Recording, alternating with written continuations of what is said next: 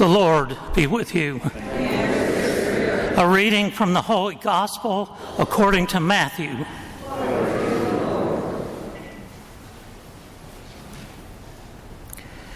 At that time, Jesus was led by the Spirit into the desert to be tempted by the devil. He fasted for 40 days and 40 nights, and afterwards he was hungry.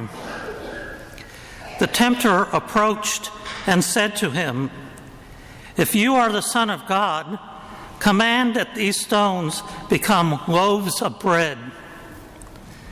He said in reply, "It is written, 'One does not live on bread alone, but on every word that comes forth from the mouth of God.'"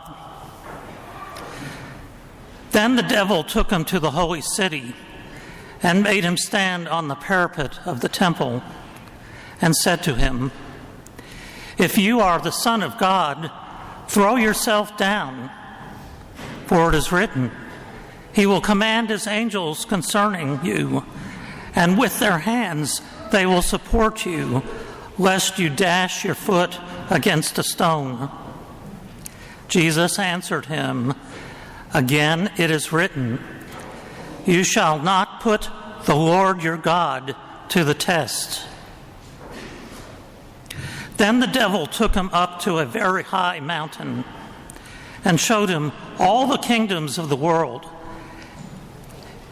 in their magnificence. And he said to them, "All these I shall give to you, if you will prostrate yourself and worship me." At this, Jesus said to him, "Get away, Satan.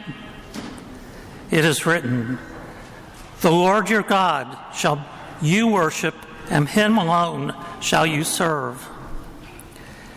Then the devil left him, and behold, angels came and ministered to him.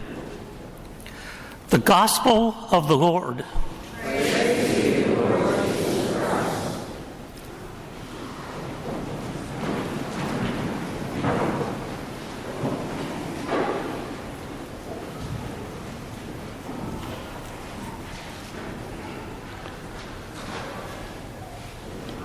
Through one man, sin entered the world. And through the obedience of one, the many will be made righteous. This is the contrast that's on these readings today, this first Sunday of Lent. We're moving into this time of prayer and fasting and almsgiving, of preparation for ourselves for Easter. We have our students here from religious education, who some of them after Easter will be receiving their first communion, going to first confession. We have our RCI candidates that are joining the church at Easter and will be glorifying the Lord with you on the Easter vigil when that happens. But for now, we've got to keep in the moment of now.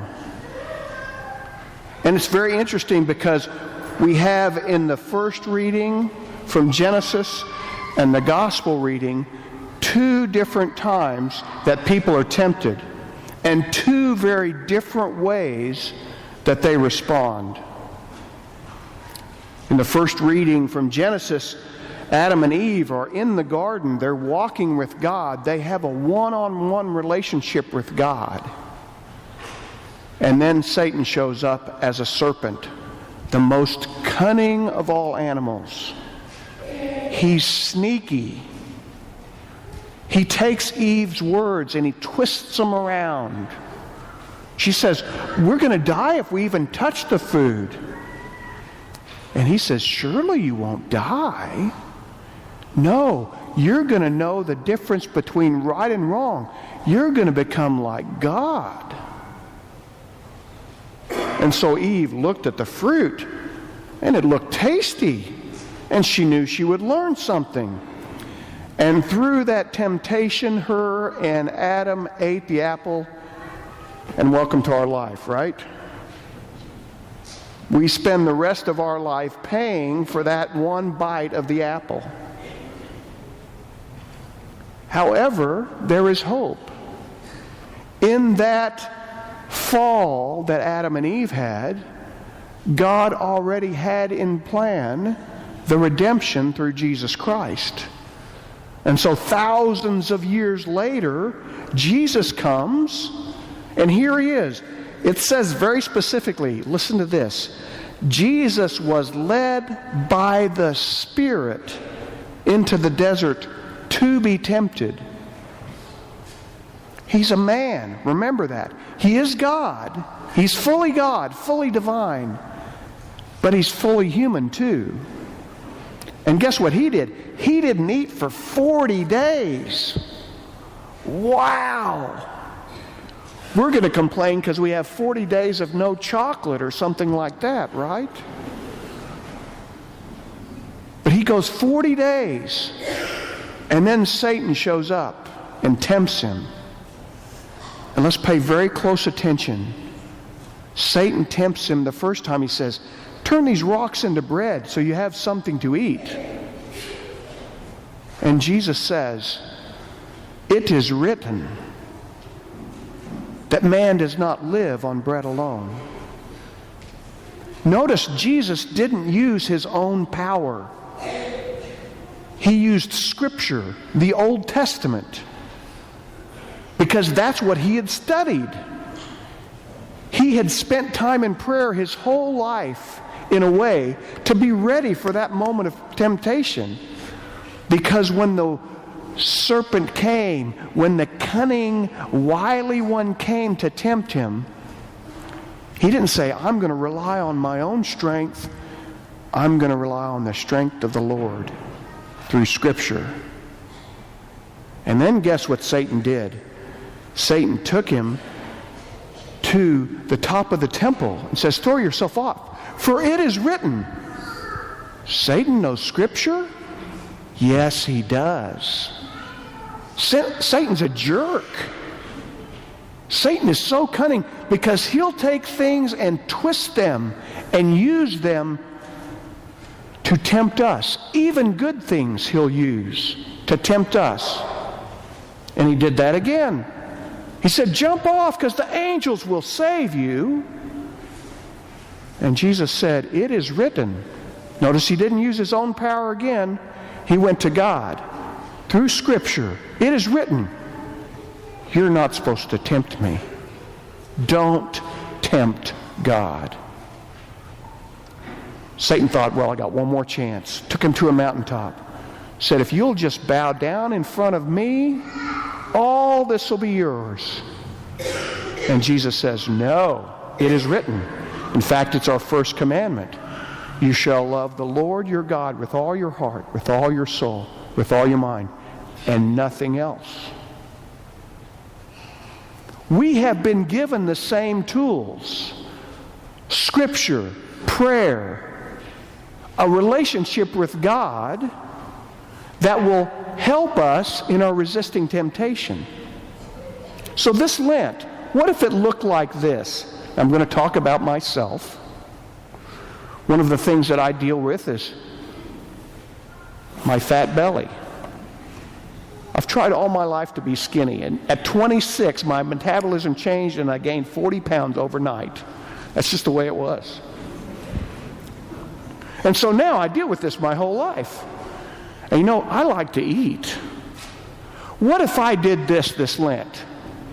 Think about it for your own place of temptation, your own place of sin, maybe what you're giving up.